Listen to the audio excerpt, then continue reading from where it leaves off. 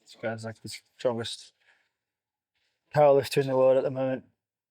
Instead of overthinking yourself, just focus on moving forward. What's coming to mind when you see this powerlifter? Well, the reason I was pulling it up is because he talks about going pretty fast. The intention is that all reps are fast. And I think that's kept him fresher. But he's always going to post his heaviest shit on his Instagram. How does your mental state affect your recovery? Like you were talking today in today's session about being more loose and not trying to grind it, not really tensing up. Does this like impact the recovery and the It's not just a recovery. What you're trying to do when you train is teach the body that it's safe. And mostly like our physiology doesn't change that much. When we have massive improvements in endurance or strength output, power output, what you can actually really detect in terms of like measurable muscle gain or changes in bone density or tendon mass, like there are changes. The physiology does shift, but not really considerably relative to the amount of difference that you see between people. Like someone who trains a lot of the ergometers, the rowing machine, the cycling, the inside they look almost the same as someone who doesn't train them, but then you put them on the thing and there's such a big difference. And it's mostly the software. It's not so much the hardware. It's mostly the ability for the brain to be like, okay, I'm okay with this, let's go. Whereas when the brain freaks out, the brain is saying, let's shut it down, too much pain, too much risk. We don't know what happens after this. Like, let's stop. Because the body doesn't want you to put yourself into such a state of disrepair, fatigue, damage that it can't recover from. So it's mostly about this game of not freaking yourself out. And basically, if you keep freaking yourself out every time you train, it's going to be more difficult to motivate yourself to come back because you're coming back to a life or death situation. And people don't want to be in life or death situations twice a day, every day. Steroids can help with this because you will see a dip in hormones if you consistently push to failure. So the guys that are on steroids are able to push to failure or closer to failure more often and still feel better.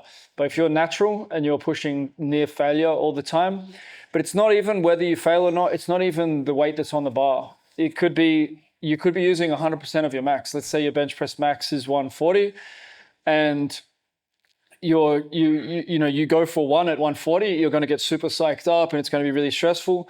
But if you put that pins in a third of the way down and you press that 140, it's going to be easy. So it's the same weight, and it's the same weight on your bones and everything. Of course, it's heavier when it's at the bottom, but it's not really the weight. It's more like how much perceived effort and how much grind you're putting into the thing. So if you're doing the 140 and you're pressing it out for lockouts, you could do 10 sets of 3 lockouts with 140 and it not be very stressful, or you could go for one single repetition in the full range and it be super stressful. I think this circles back to the conversation we had about like using more load you can handle by changing the range. What Nsima and Mark Bell talk about a lot, and I tried it for myself, is like consciously keeping a relaxed face while lifting, even if you're putting in a decent amount of effort. Yeah. For me, it changed a lot how my body and brain perceived what I did. Yeah.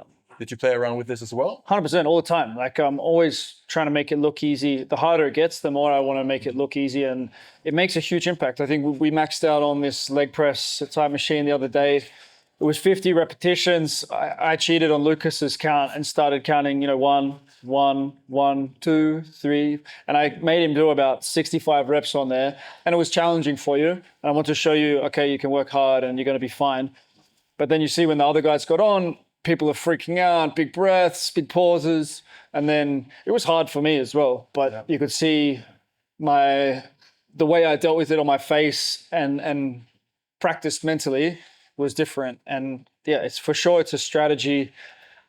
You see it if you watch CrossFit. Like CrossFit's tough and they're working hard, but you always see, or almost always see, the guys that are at the top are able to retain calm. And as soon as you start freaking out, like mentally, and you can see it in the face, it's going to be very difficult to hold on. I'm not saying it can never happen in a performance, but you don't want to be doing this regularly in training. Yeah. So yeah, if you're going to have 1 or 2 hard reps per session where you like really scream or something, okay, like maybe. but definitely not all the time. And I think like you don't even need to be doing it ever really. Like you can make progress over a long time, especially if your goal is like basketball or backflips or something else. Like what are you getting super excited about for in the gym? You don't even need that extra effort. You just need to accumulate work close enough that it's going to transfer to your best. So your best effort keeps going up.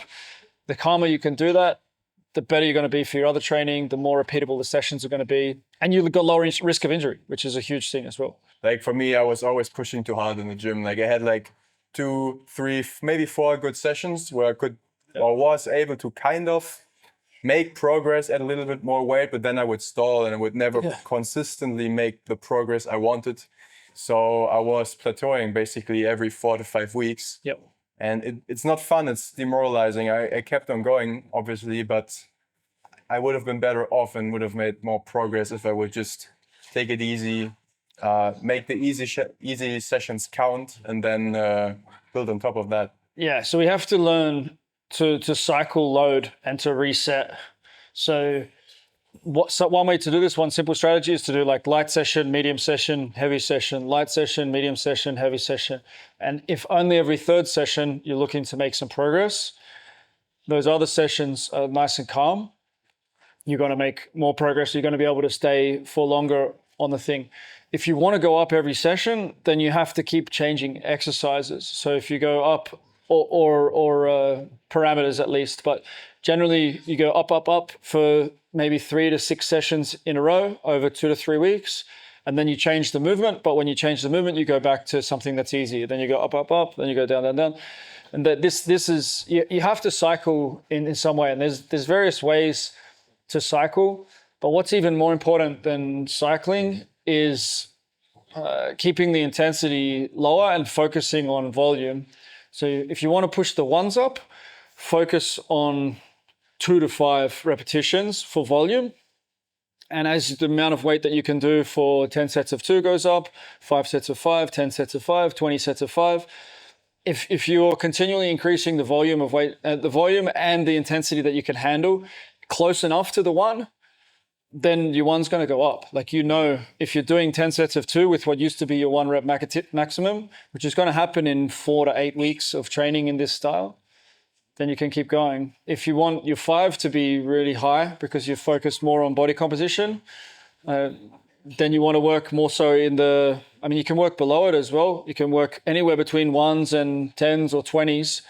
If you're improving in all of them, then your 5 rep max is going to go up, your 8 rep max is going to go up, and you're gonna look better. That's the simple truth of it. But by focusing just on pushing up the 5 repetition maximum, it can definitely work for some young, healthy guys. Like you see with Kino Bodies, Gregor Gallagher, I think he's been one of the most popular coaches for young men to improve their body composition, because he has got extreme results. And he followed another guy's system, Lean Gains, Martin Burkham, I think his name is. And it's a cool story, it's cool history, but it's not super reliable because of what you're talking about, because you can burn out, because you can get injured. It doesn't work well for me to do these reverse pyramids where it's like heavy 8, heavy 6, heavy 4. Because what's heavy, and if you try and go too heavy and you're grinding, then you're kind of burning out, you're getting more risk of injury, you're going straight into a fairly heavy set of 8. It's just not as reliable as building up volume. No. The most reliable mass system that we've seen is CrossFit, because it's consistently training with a high volume.